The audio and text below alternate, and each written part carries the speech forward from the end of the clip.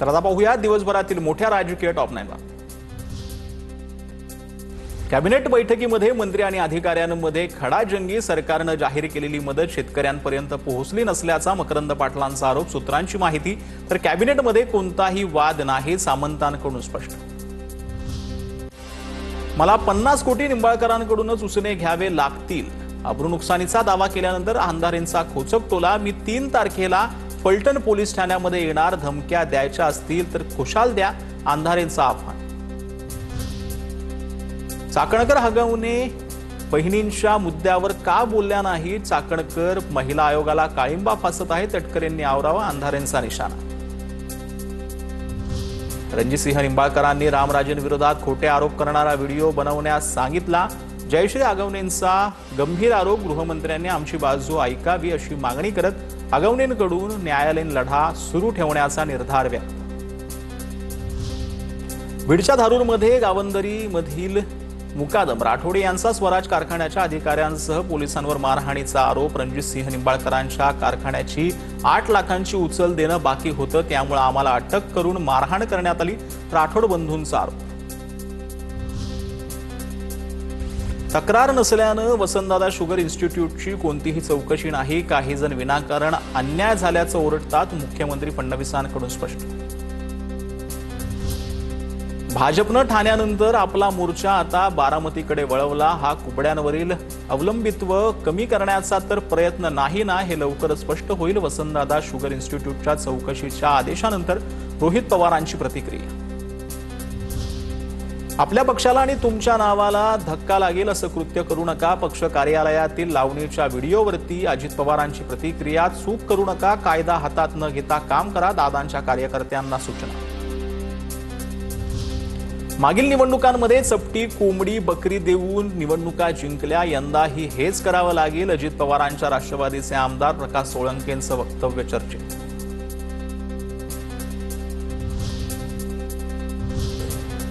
आता वय दिवसभरातील राजकीय टॉप 9 ला। उद्धव ठाकरे भस्म्या रोग झालेला अॅनाकोंडा, 25 वर्षांपासून मुंबईला अॅनाकोंडाचा विळखा। एकनाथ शिंदेंचा ठाकरेंवरील केलेल्या शहांवरील टीकेनंतर शिंदेंचा हल्ला बोल।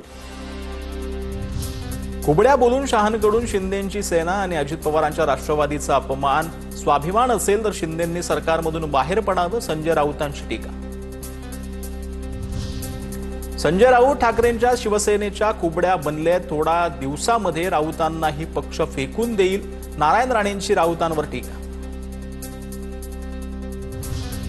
उद्धव ठाकरेंना आयत्या वेळावर नागोबा म्हणायचं का, भाजपच्या जीवावर मुंबई महापालिकेत सत्ता घेतलीत, आमच्या मेहरबानीवरती राज्यात सत्तेत बसलाच, उद्धव ठाकरेंनी शहांवर केलेल्या टीकेवरती शेलारांचा पलटवार। अजित पवारांचेच काही नेते भाजपच्या वाटेवर, 2029 मध्ये 2 कुबड्यांकडे नेते राहणार नाहीत, शिंदेंना उद्धव ठाकरेंकडे तर अजित पवारांना शरद पवारांकडे चर्चेसाठी यावं लागेल, रोहित पवारांची टीका।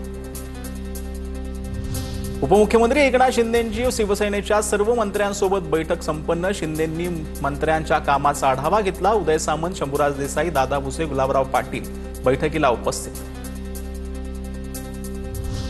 मनसेच्या केंद्रीय समितीची उद्या सकाळी 11 वाजता बैठक, राज ठाकरेंच्या उपस्थितीत शिवतीर्थ निवासस्थानी बैठक पार पडणार, मनसेचे नेते, शहराध्यक्ष आणि उपशहराध्यक्ष बैठकीला उपस्थित राहणार।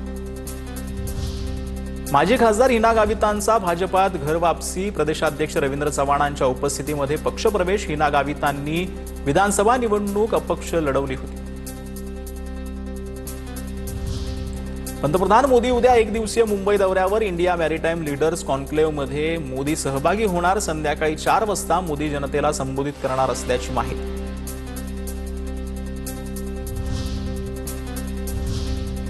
आता वय दिवसभरातील मोठ्या टॉप 9 बातम्या। फलटण महिला डॉक्टरच्या मृत्यू प्रकरणी पोस्टमॉर्टम रिपोर्ट समोर, मृत्यू गळफास घेऊन झाल्याचा उल्लेख, मृत डॉक्टरच्या शरीरावर कोणत्याही जखमा नाहीत, तर गोपाळ बदने आणि महिला डॉक्टरचे सीडीआर पोलिसांच्या हाती।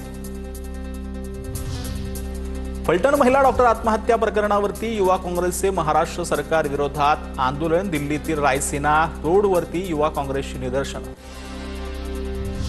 फलटणमधील डॉक्टर मृत्यू प्रकरणातील संशयित आरोपी पीएसआय गोपाल बदनेंचा जुना व्हिडिओ समोर, वर्दीवर नसलेल्या बदनेंकडून रोडवर गाड्या थांबवत चालकाची चौकशी।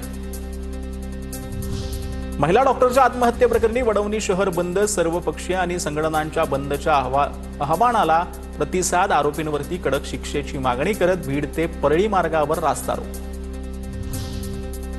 निलेश गायवळला भारतात आणण्यासाठी पुणे पोलिसांचं UK हायकमिशनला पत्र, पुण्यात बरेच गुन्हे दाखल असल्याचा पत्रात उल्लेख.